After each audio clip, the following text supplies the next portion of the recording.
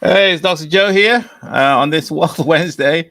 And today we're going to talk about Section 8. Aha, my favorite topic. And so on. So what I wanted to do today was to kind of go through some of the basics of Section 8. A lot of people know Section 8 or may not know about Section 8. So I thought it would be helpful if I kind of go through some of the fundamentals, and that way we can build on these fundamentals a bit later on in future episodes on Wealth Wednesdays. So that's ultimately the focus of today.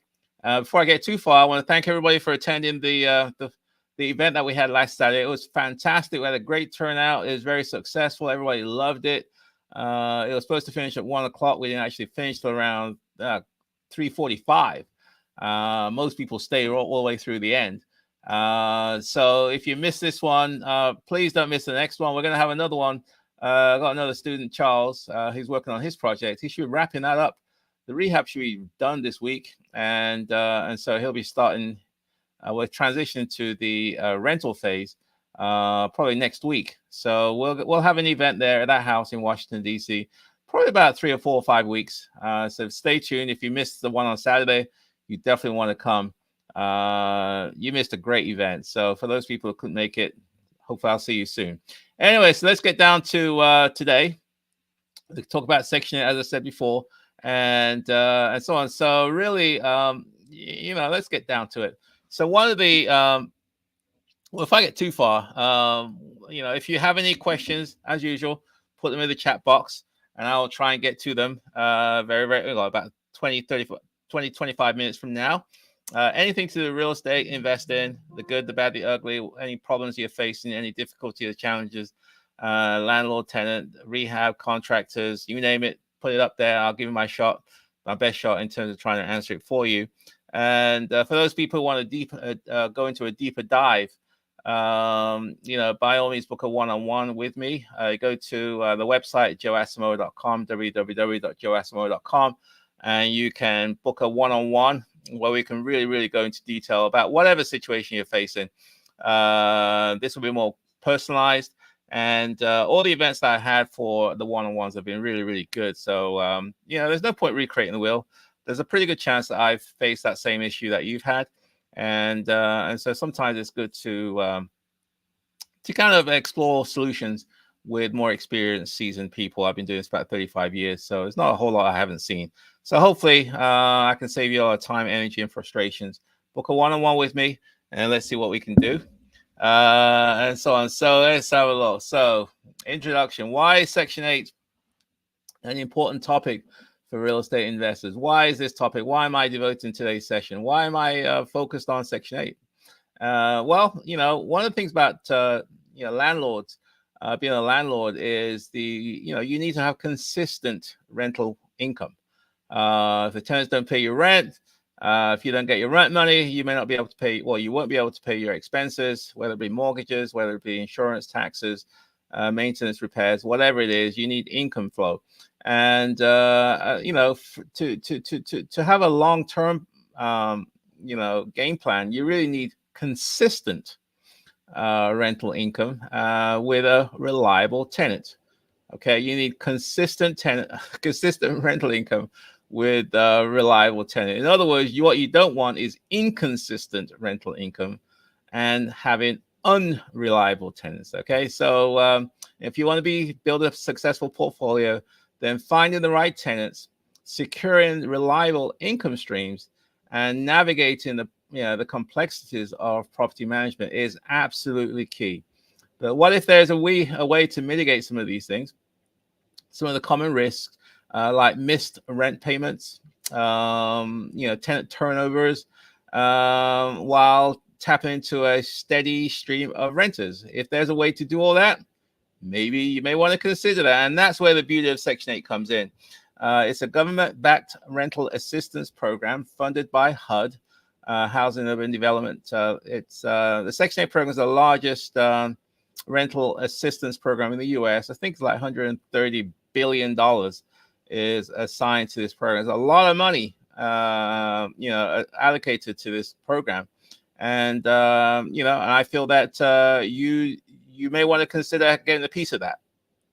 Okay, so Section 8 Really, at the high level, it provides landlords, you and I, with guaranteed rental payments backed by the local housing authorities, which kind of administer the programs locally wherever you are. It's a federal program, so it's everywhere, and it can help you secure long-term financial stability, in my opinion, for your rental properties. So this live stream, we're going to go into the details of Section 8, and I'm going to try to offer you a roadmap for real estate investors like you and I, whether you're new, intermediate, or seasoned, into how to implement the Section 8 strategy successfully. How do you do it successfully? We'll cover topics like what is Section 8, how to navigate inspections, strategies for attracting high quality tenants.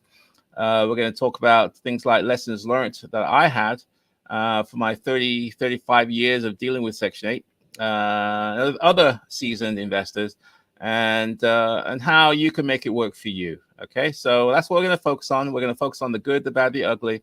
I've got a whole lot of stories I can share with you. I'll share with you some of them, but let's have a look. But I love Section 8. In my opinion, it's the greatest thing since sliced bread, but that's just me. You probably think I'm crazy, so hey, let's go.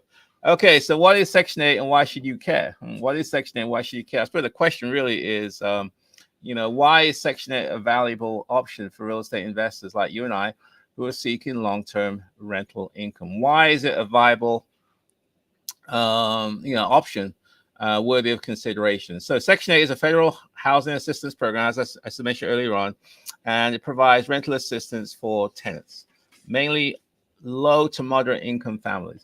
The program is managed locally by what we call local public housing agencies, which are what we call PHAs.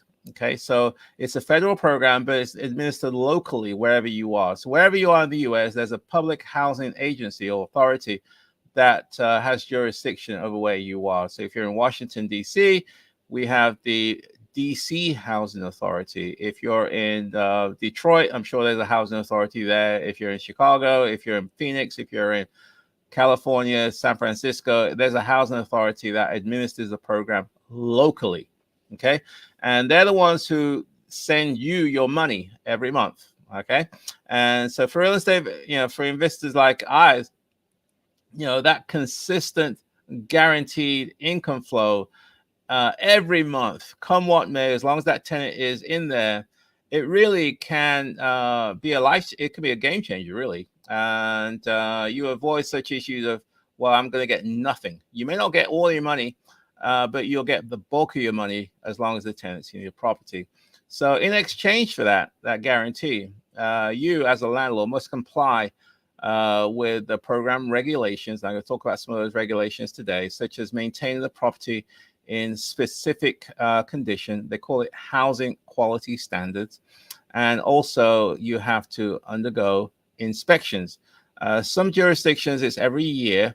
Other jurisdictions it's every 2 years. So you're going to have to deal with the local housing authority inspectors in some capacity.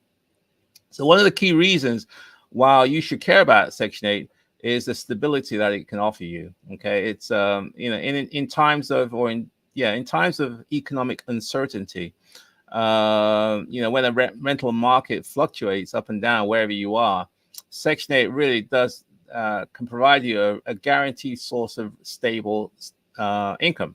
And I've been through 6 real estate cycles, and believe me, it's saved me during the low, the dark times when the economy tanks, people lose their jobs, and there's nothing worse than having a market renter, great tenant, great market renter, but they lose their job, which means that if they lose their job, they may not be able to pay you, and then you have some very, very uncomfortable discussion and so on. So you avoid a lot of that stuff. Because the bulk of your rent is guaranteed, it's going to hit your account come what may every month. So the program allows investors, essentially, you can also, the thing I like about it is that you can do good. You can provide housing opportunities for families that otherwise would never be given a chance. So yes, you're making money, but also you can do good as well. And the affordable housing crisis that's spread across the country is not getting solved anytime soon. So there's always a need, and you cannot meet the need. The demand is far in excess of the availability of houses and also landlords who are willing to participate in the program. So with that said, though, there are challenges associated with participating in the program. It's not easy. You need to understand the program rules. You need to obviously stay compliant with those rules. You have to endure, at least cooperate with inspections. And there are tenant eligibility requirements, and also there are housing quality standards that you must meet.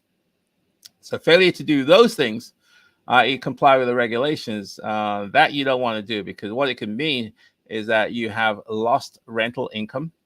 In the worst case, you can have your payments abated or stopped. In the extreme, you can get even kicked off the program. So there are rules, and it's better to understand those rules such that way you don't fall afoul of those rules. So, however, if you can master these intricacies, and you can, investors can position themselves, in my opinion, for success by participating in the Section 8 program. So what are some of the action items so far? Introductory things anyway. So familiarize yourself with Section 8 guidelines specific to your local housing authority. Evaluate whether your property qualifies for Section 8 by reviewing its condition, compliances, and so on. Make sure your property can, in fact, is compliant with the program. There are standards that you have to adhere to, health and safety standards, egress, habitability standards, and things like that. So you have to make sure that you are compliant with those things.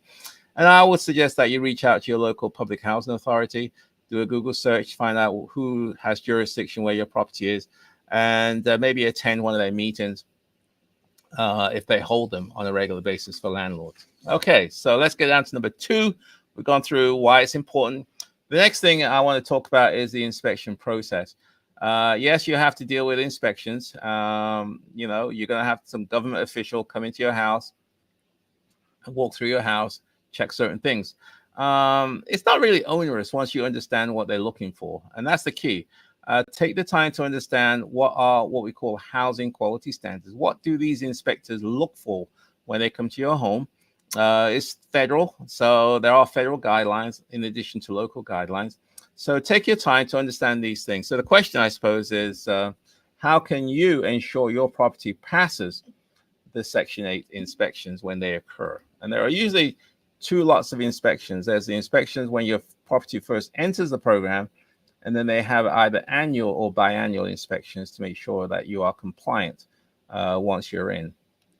So Section 8 properties are required to pass an inspection to ensure they meet health and safety standards established by your local housing authority. Okay, so this can be a stumbling block for a lot of people, especially first-time Section 8 landlords, because some of these requirements, you may consider them to be strict. They're going to check the doors, the windows, the electrical, the plumbing systems, make sure there's heat in the house, make sure the fire smoke detectors work, the carbon monoxide detectors work. They're going to check that the handrails are working. I mean, there's a whole bunch of different things which they're going to check. And if you don't know, then, you may fail. So ignorance is not bliss. The rules are there. Take the time to understand what they are, and make sure that way you increase your chances of passing. So common issues that causes people to fail inspections are simple things like outdated electrical systems, faulty plumbing, there are leaks, drips, that kind of stuff, structural deficiencies, cracks, tripping hazards.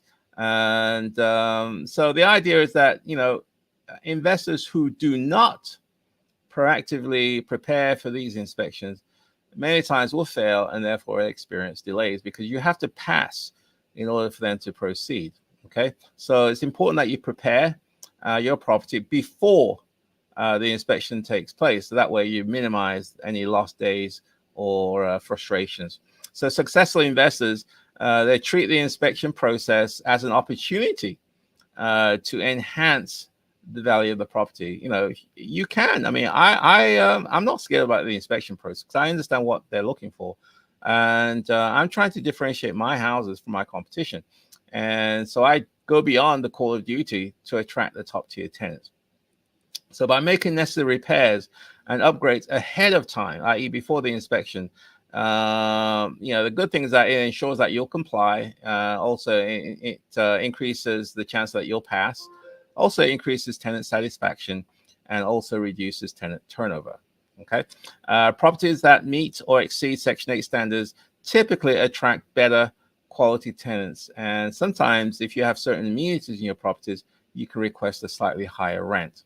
For example, in Washington, D.C., they give you a little brownie points, a little extra rent if you got things like ceiling fans, a washer dryer, off-street parking, microwaves, dishwashers, and those kind of appliances in your home. You can get extra rent for those things. So if you know these things, you can make a business decision whether it's worthwhile to actually include that in your property or not.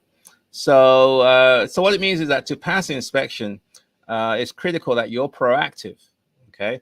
If you're not comfortable, maybe hire a contractor or a local inspector to go walk through the house for you, and they can point out if there's any potential problem issues.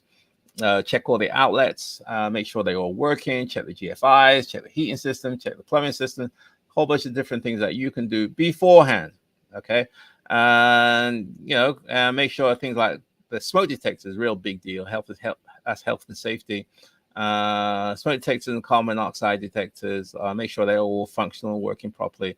Make sure all the windows and doors close properly, and make sure all the utilities are on. So by staying on top of these details, investors like you and I can streamline the inspection process and hopefully avoid any unnecessary setbacks. So what are some of the action items so far? Let's have a look. Do that one. Action items here.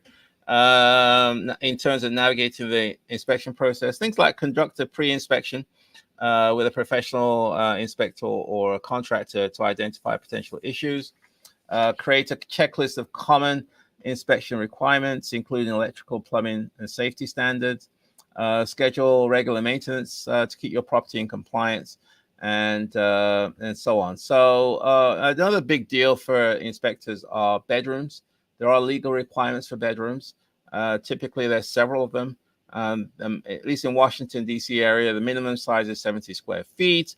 Especially in basements, they have to be a certain height. It's 6'10" over here. It's got to have a closet. You got to have egress, which means that if there's an event of a fire, people need to be able to escape by two means. It's got to have electrical outlets, at least two, and and so on. So there's requirements of bedrooms. So you can't just say, "Hey, this is a bedroom." You may think it's a bedroom, but the inspector may fail you because they don't think it's a bedroom.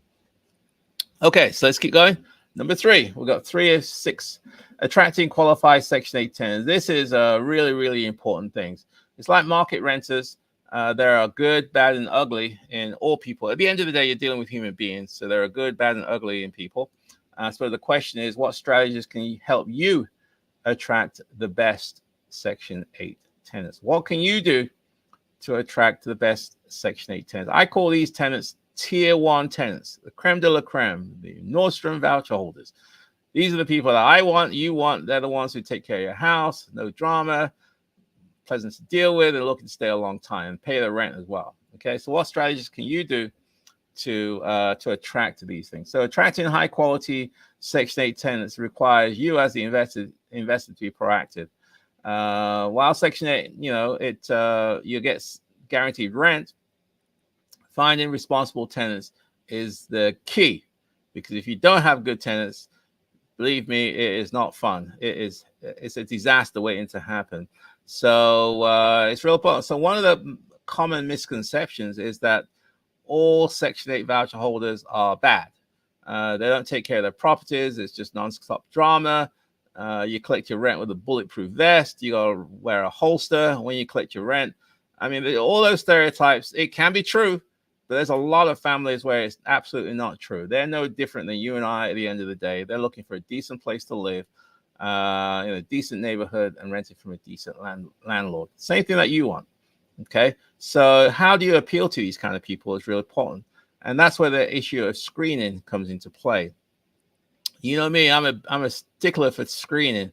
Especially if you're in a jurisdiction where it's more tenant friendly, like we are in Washington, D.C. So it's really, really important to make sure you get the right people in your home, because many times it's easy to get someone in your house, but a lot more challenging and difficult to get them out. So screening becomes the absolute key, and so on. So what kind of screening do you do? I'll tell you what I do. As you already know, I call the current landlord, the previous landlords, check them out. I do income verifications, credit checks, and I also make a visit to the person's home to make sure that I can see for myself how they keep their home, because how they keep their home today is how my house will be in 3 months. Okay, so if you want to attract tier 1 tenants, then you need to understand what tier 1 tenants are looking for. What kind of neighborhoods do they want to be in? What kind of properties do they want and do not want? What kind of landlord are they looking to rent from and not rent from?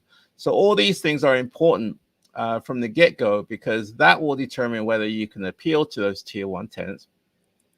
And then hopefully you'll have open houses where they'll come to your house.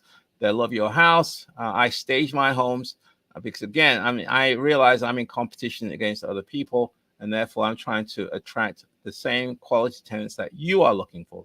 And there must be a reason why they come to my houses versus somebody else's houses. So offering desirable amenities, which voucher holders are looking for or interested in, is important. Things like shopping, recreation, transportation, appliances, energy efficient appliances, storage space, yard space. You're trying to set your property apart from your competition. So another thing you may want to consider doing is establishing relationships with your local housing authorities. And also there are these sort of tenant placement organizations out here that help tenants find properties. So if you can develop relationships with those people, they can sometimes provide you with names of people who are looking for housing, and that can also help you streamline your processes. So essentially, by positioning your property as a desirable option, you can attract tenants who are more likely to want to stay long term, and which in turn will reduce your turnover rate and also will reduce your vacancy rate, and therefore save you lots and lots of money. Okay, so what are some of the action items for number 3?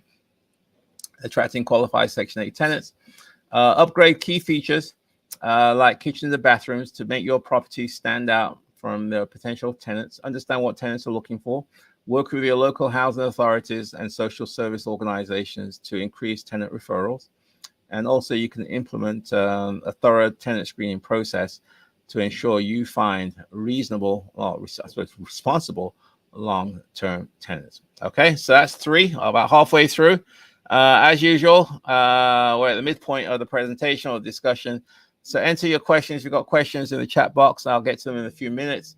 Hold on a second.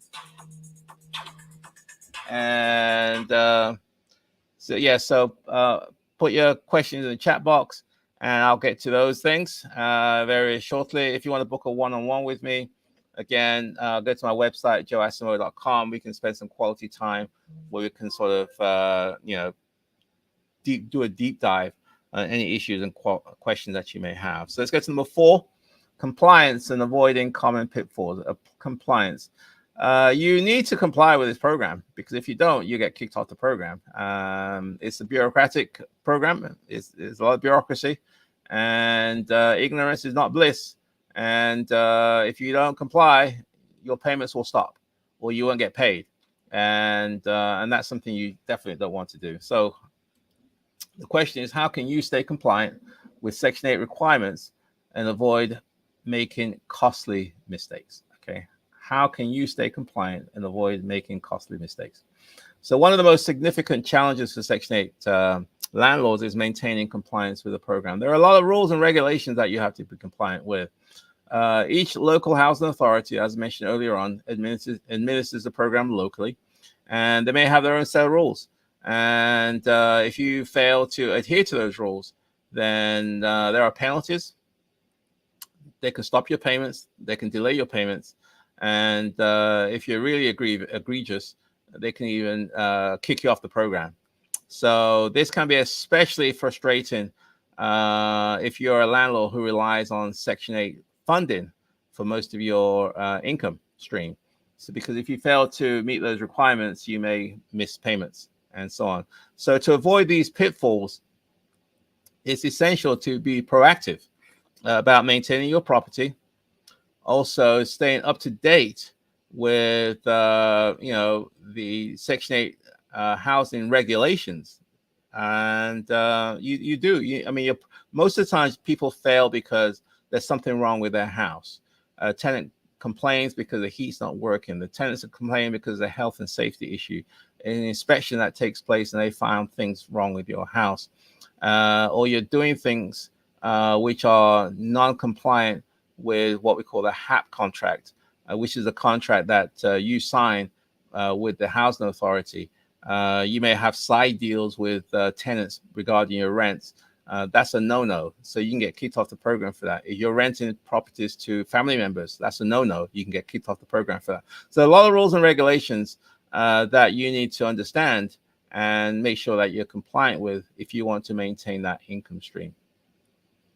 So failure, obviously, especially if tenants complaining, they'll complain to maybe their caseworker, or they may complain to the housing authority, or they may complain to the city where you are, and that could cause you a lot of problems. So maintaining your property, keeping your property in good condition is absolutely critical if you want to stay compliant with the program, and also passing the regular inspections. In Washington, D.C., as I said, it's every 2 years, and some jurisdictions that they do the inspections every year.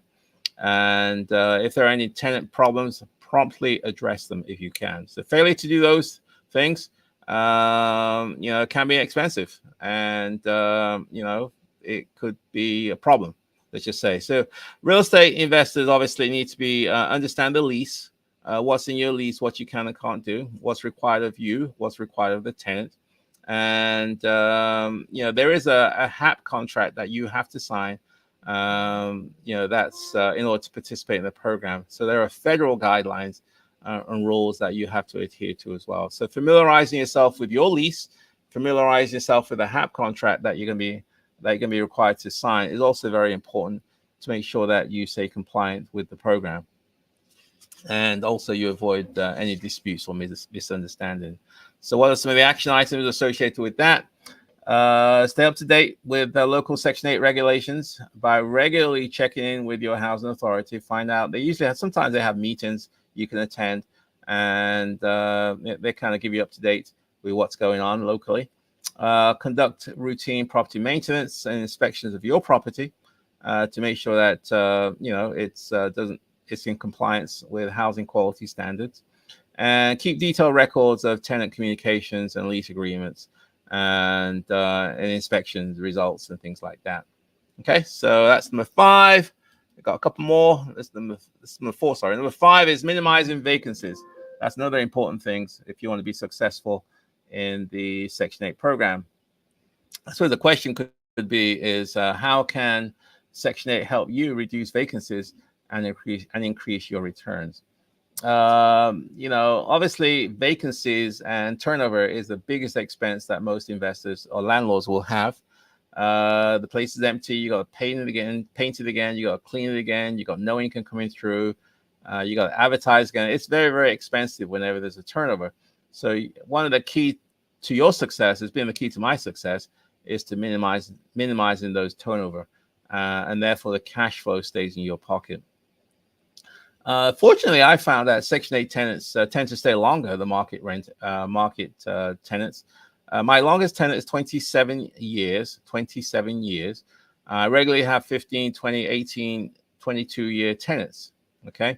It's very difficult to get those kind of tenants, especially in this area where the rents are $6,000 a month. People aren't going to stay 5, 10, 15, 20 years if the rents are $3,000, $4,000, $6,000 a month. They're going to leave with market renters, and they're probably going to buy their own home at some point. It doesn't make any sense to pay $5,000, $6,000 a month to a landlord. At some point, you're going to say, this is crazy. Let's go buy our own house. With voucher holders, that's probably not going to happen. They don't have the income, to be able to purchase their home. So they're looking for different things as opposed to what a market renter is looking for. So I just had a lot more success. I think I'm averaging around 7 years per tenant across my entire portfolio, which is not bad. But but yeah, that's why I'm finding it'll be difficult for me to get that with market renters. I have some market renters, and I tend to get a lot more turnover with those kind of tenants. So to maximize, or I suppose reduce vacancies and turnover, it's really important that you have a good quality property. That you, as a landlord, are a good landlord. You're not condescending. You don't look down on these people. You don't sort of talk down on them, and just have a pleasant personality. And just kind of do the right thing. Section 8 does allow you to adjust your rents every now and then, usually once a year, so you can increase your rents as long as it's reasonable and fair and within their guidelines. And they tend to issue those locally. And also, if you want to minimize turnover, then you want to make sure that you have a property that's desirable and you take care of your tenants once they're in. So hopefully there's no reason for them to want to leave to go somewhere else. So, as a successful Section 8 landlord, I think I can consider myself to be that. My success is by having the right properties in the right locations, developing relationships with local housing authorities, and having a personality that is warm, welcoming, and just generally a good customer service to my tenants or to my customers. And that's been my success. And I suppose the bottom line is how long people stay. That's the true test of whether they're happy. I focus on making sure my tenants are happy, and because if people are happy, they tend to take care of your property. They tend to, no drama. They tend to pay their rent, and they tend to be pleasant to work with. Okay, so what are some of the action items associated with minimizing vacancies and maximizing profitability? Keep track of local rent markets trends. Adjust your rents accordingly to remain competitive. Invest in property upgrades that will allow future rent increases and attract long-term tenants. And also consider expanding your portfolio with additional Section 8 properties to allow you to have that secured, guaranteed rental income. And finally, number 6, lessons learned from my successes and failures. I've been doing this for a little while, and I have a whole lot of stories I can share with you. And I suppose the bottom line is what can we learn from investors who have thrived and those who have struggled with Section 8? There are people who are killing it. I love this program. I think it's the greatest thing since sliced bread. But there's others who struggle with this program and they hate it. And so what's the difference? Why are some people loving it? Why are some people hating this program? So I think it's good to learn from the experience of others and some of the lessons, valuable lessons that hopefully will help you. So I'm going to share some of my lessons learned and my tips and suggestions at this point. I think if you're going to go into this program, you got to have attention to detail. Okay. Proactive maintenance is important. Customer satisfaction is important. Developing strong relationships with housing authorities is important. Having a personality that is warm and understanding and customer focused is important. A lot of investors, unfortunately, they don't see it that way. They just see these tenants as just tenants. They just see them as a guaranteed income stream. They don't want to see them. They don't want to hear from them. They don't want to know them. All they want is their money. That's it. Okay. The less I hear from you, the better. The less I know about you, the better. Just make sure that you pay your rent and everything's fine. That may work, but I found that that's not usually the best way. Especially if you're looking for the long term anyway. And, people who have struggled fail to grasp the importance of tenant relationships, the importance of making sure that your tenants are happy, the importance of communicating with your tenants, the importance to not look down at them, to the importance of trying to make sure that they're happy and so on. A lot of they just don't get it. And if you don't believe me, you spend a day down at landlord-tenant court, wherever you are, and you'll see the results of failed relationships. A lot of failed landlords, they neglect maintenance. If something goes wrong, they don't fix it. They take their time to get it done. They underestimate the importance of passing inspections, so they get their payments delayed. They fail to establish clear lines of communication with tenants and also with housing authorities. Do's and don'ts. They don't have any house rules. They don't have a strong lease. They don't know who their housing authority representatives are. They just don't take the time to understand people, the organization, the housing authorities, and so forth. They make mistakes in terms of the repairs. They don't do repairs, or they take their time to complete the repairs. And as a result of that, they may have their payments stopped. Or worse of all, they end up having no payments and having to evict tenants. So by learning, it's kind of a summary, but by learning from the success and failures of Section 8 landlords, hopefully you can avoid making what I call unnecessary mistakes, and you can position yourself for success. It's a great program. And once you know what you're doing, if you know what you're doing, it's as I said before, it's the greatest thing since sliced bread. If you don't know what you're doing, it's a nightmare. It's a disaster waiting to happen. So what are some of the action items, the final ones, in terms of learning from success and failures of others? Seek out mentorships. Seek out experience and advice from more seasoned, more experienced landlords.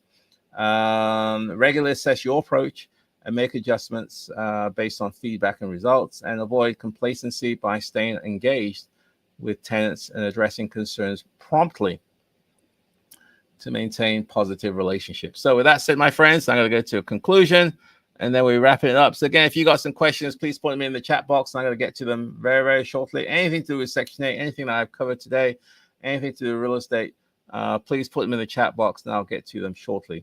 So in conclusion, Section 8 is an essential tool, in my opinion, for real estate investors who want to have a secure, consistent, long-term rental income flow, and while minimizing risks. By understanding the program's requirements, passing inspections, attracting qualified tenants, and maintaining compliance, investors can really unlock the potential of this great government-backed rental assistance program. There's about $130 billion is allocated to this program. You need a piece of that, and but it's not as easy as just renting to anybody. It's not.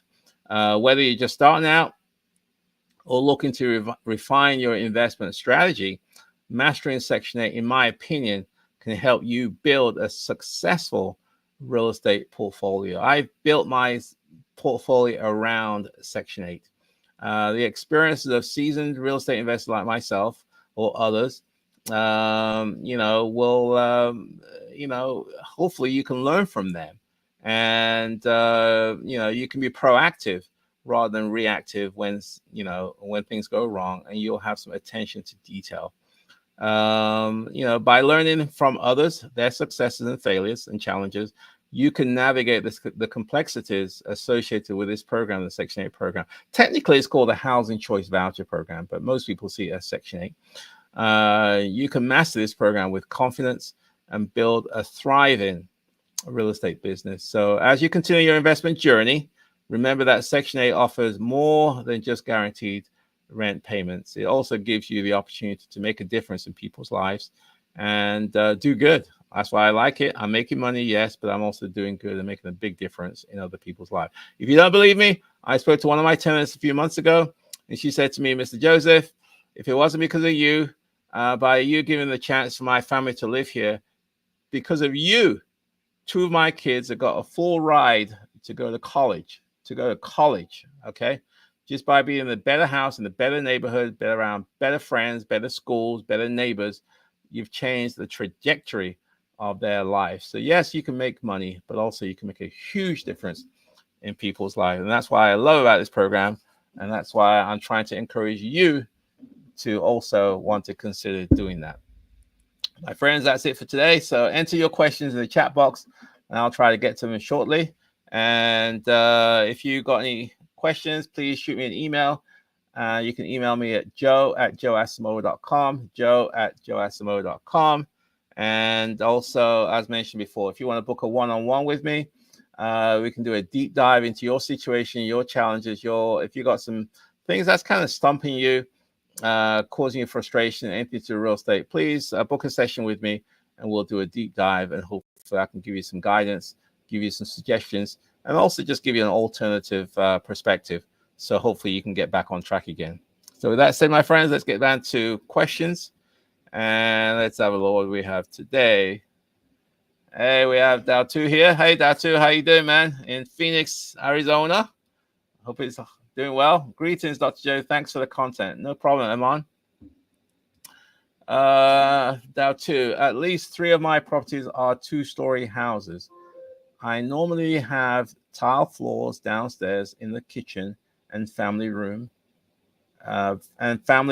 bathrooms, and whatnot. Okay, my question is about the stairs and upstairs, the stairs and the upstairs area. Okay, so you got ceramic tiles, it sounds like, in the first floor, kitchen, the bathrooms, and the family rooms and whatnot. And then your question is about the second floor. Let's have a look. What do you say? I normally put carpet on the stairs and upstairs too, except bathrooms. Okay, my question is, do you have 2-story properties? If so, you ever use tile or luxury vinyl plank on the stairs or upstairs? Yes. Okay, I have 2 levels, 1 level, 3 level houses. And typically in the basements, I always put ceramic tiles. We have basements here, so I tend to put ceramic tiles in there primarily because I've tried carpets before, but sometimes basements get flooded. And if it gets flooded and you got carpets, it's not a good mix. You have to throw the carpet away and you start from scratch again. So I just put ceramic tiles, so it's more durable. And if there's a flooding, you can just mop it up and wipe it down and you're good to go, and so on. So it's more durable. That's the basements. So I have basements. I have ceramic tiles in all my basements. Now, in terms of the first floor or the second floor, first floors, I used to have carpets. Let's talk about the second floor since that's your question. I used to have carpets, throughout my houses a few years ago. I've kind of moved away from carpets for various reasons. First of all, it's difficult to maintain. If the tenants don't maintain it well, then they get scratches on it, they can get dirt on it, and it's just it doesn't hold up well over time. So I've kind of moved away from that. I used to have hardwood floors. I'm kind of moving away from that. I'm using more luxury vinyl plank to answer your question, Dao. Luxury vinyl plank is more durable. It's more tenant resistant. It can withstand a lot of abuse. If people spill on it, you can wipe it down, and it can withstand a lot of traffic. So I've kind of moved on to LVLs or LVPs, I suppose, luxury vinyl planks, for all my flooring, both on the first floor and also on the second floor, except the bathrooms, where I use ceramic tiles. Some kitchens I use ceramic tiles, but mainly I use luxury vinyl planks for the kitchens and the first floors, the second floors, and the third floors, and then use ceramic tile in the basements. My tenant who moved out in September did not take care of the carpet, so I'm out. So I'm trying to decide if I should replace the carpet with newer carpet or tile or luxury vinyl plank. Thanks. Yeah, I would move away from carpets. As I say, if you got a tenant who can take care of it, fine. But most tenants will not, and therefore you have to throw the carpet away, or you have to try to clean it. And sometimes when you clean it, you can still see stains. So I think carpet is kind of going out of style now, anyway. So I don't use carpet anywhere. So I use luxury vinyl planks and ceramic tiles. So hopefully that helps you. Again, if you got some questions, put them down in the chat box. I'll try to get to you shortly. It's now 7:50. Here, so go about another 5 or 10 minutes. Can you give tips on how to successfully pass the housing quality inspections first time around? This is from Tai. Ty. Yeah, okay. So first of all, I mean, the analogy I put, Ty, is before you go on the field, make sure you know the rules of the game. In other words, before you have an inspector come over, you understand what the inspector is looking for. Because if you understand what they're looking for beforehand, then you can go through and check it yourself beforehand. So you make for sure things like I mean, they primarily focus on health and safety issues. Make sure the smoke detectors are working. Make sure the carbon monoxide detectors are working. Make sure you have enough of those things in the right places. In this area, every bedroom has to have a smoke detector. Every hallway, especially if you have gas, has to have a carbon monoxide detector as well. So you want to make sure that that's in place. Make sure you test them. Make sure they're working. Health and safety. Make sure the doors open and close properly. Make sure the windows open and close properly. Make sure the plumbing systems is working properly. Make sure there's no leaks. Make sure the appliances are working okay, properly. Make sure the electrical system is working properly. Check all the outlets. You know, make sure that the what's it called? The heating system's working. Make sure the cooling system's working. You know, there's a whole list of stuff which the inspector is going to check. And so what you want to do is to check those beforehand. So that way, you know, you stand a greater chance of passing, rather than having an inspection and then you finding out, oh, I didn't know he was going to check this. Oh, I didn't know he was going to check that. It's too late then. You're going to fail. Fortunately, if you do fail, they usually give you a chance to correct the problem, and they'll come back again. Sometimes 30 days, sometimes 28 days, to confirm that you know, you've actually addressed and fixed the problem. Unless it's an emergency.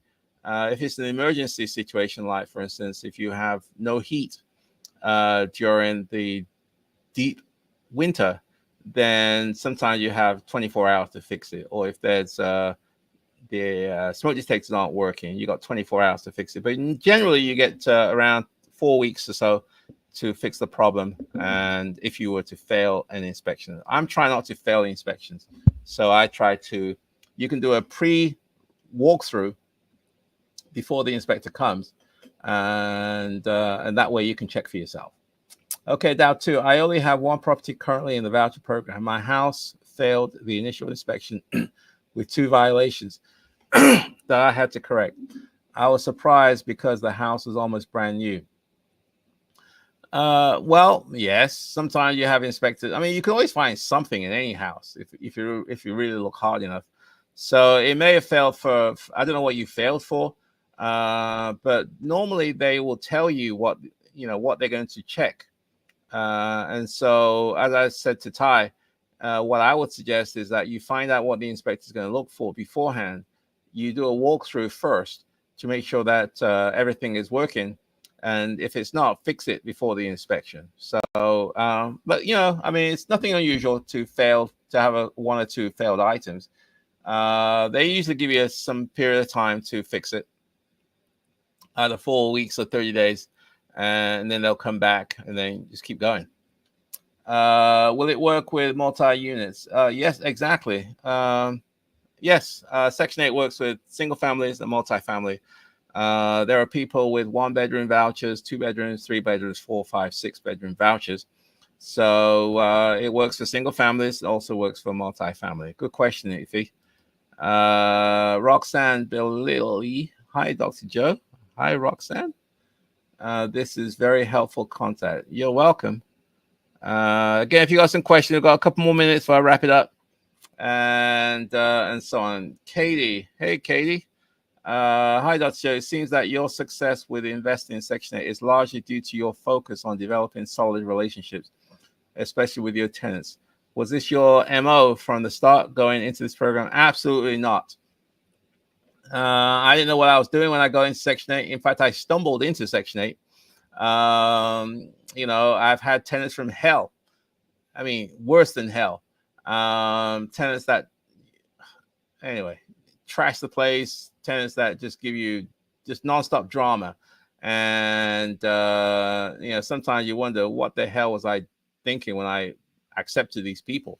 And so I've been through all of that, and I realized that I want to focus on what I call tier one tenants. These are top tier tenants. These are the creme de la creme of voucher holders.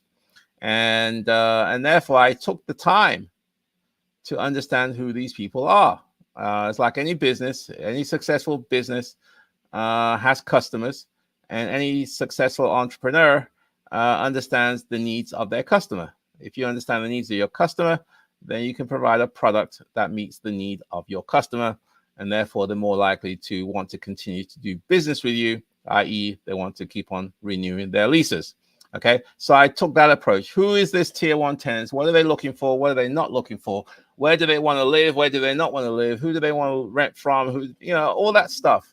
I took the time to understand that, and that guided me into what I do now. I realized that my success is based on minimizing turnover. I can't have this revolving door where people come in, stay a year or two, and leave. Come in, stay a year or two, and leave. It's so expensive. And therefore, I realized my success is dependent on me having people that stay a long time. And you can get that with Section 8. You can. In this area where the rents are $3,000, $4,000, $6,000, it's hard to get market renters who stay that long because they're going to go off and buy their own house. So with Section 8, you can get that. So let's have a look. The last tenant I had, the rent was $6,200, 6-bedroom house. I know you don't believe me, but the tenants portion is zero. I have some whose tenants pay $1. Some people pay $100, $500, $600. It varies based on their income. So the more they make, the more they pay. Yeah, I mean, it's sort of decide to focus. You're correct. I didn't want to do a jack of all trades. I didn't want to do a little bit of this, a little bit of that. I just decided I wanted to focus on this strategy, on this niche, and focus on this type of tenant, and then have products that meet that need. And then at the end of the day, also you're dealing with human beings. They're human beings, and so treat them as human beings and treat them as you would like to be treated also. And I realized that my key, my success, was making sure these people are happy. And that's why I do things like Mother's Day gifts, birthday presents, free vacations, and all that kind of stuff. I do that because, believe me, it works. Okay. Anyone who wants to do, if you want to master this thing, I would strongly suggest book a one-on-one with me. I'm not trying to sell it, but there's a lot more to it. And we need to have a one-on-one where you can do a deep dive, and I can go through this with you. I'm going through a couple of people already, with Shayna and with Matt, with Charles. I'm going through that. It's if you figure this thing out, it's the greatest thing. Believe me, having 27-year tenants is a blessing. Okay, seeing as so many investors will not even consider Section 8 and other landlords take advantage of the program doing the absolute minimum, yes. Wondered if your priority was nature or nurture, essentially. No, I think it's business. I'm a business person, really. I understand business. And at a high level, I realize that every business has a customers. Who are your customers? Understand their needs, provide a product that meets their needs. Make sure the business, the customers are happy, because if they're happy, they're going to want to patronize you and continue to want to do business with you. And how do I minimize turnover? Because turnover is the most expensive part of this business. So it's a business understanding, and being a good landlord is good business. I mean, that's what it boils down to. Being a slumlord doesn't work. It's not worth it. You're going to have a lot of complaints. You're going to have the city on you. You never know. You could be on the media. And it's not worth it. Just be a good landlord and do the right thing. But make sure you get good tenants, because you can have the greatest house, greatest view, have good intentions, but if you got bad tenants, they'll destroy your house, and that you don't want to do. And I've seen that before. I've had that before, in fact, and that's the reason why I focus a lot on who my customer is, making sure that I have a product that meets their needs. I focus on screening for that tier one tenant, and once they're in my home, I try to manage the relationship such that they're happy and hopefully they stay a long time. Okay, so you have raised the bar. I don't know. Did I? Have I? I think maybe I have. I think it's just good business. But that's just me. Anyway, it's 8 o'clock, my friends. So I think I'll wrap it up for today. Hope today was good. And again, look forward to being here this time next Wednesday for another Wealth Wednesday. Again, if you want to shoot me an email, shoot me an email at joe@joeasamoah.com. joe@joeasamoah.com. If you want to book a one-on-one with me, go to the website, www.joeasamoah.com. And we can do a deep dive into your situation, your problems, or whatever challenges you're facing. My friends, have yourself a wonderful rest of the week, and I'll speak to you next week. Take care. Bye for now.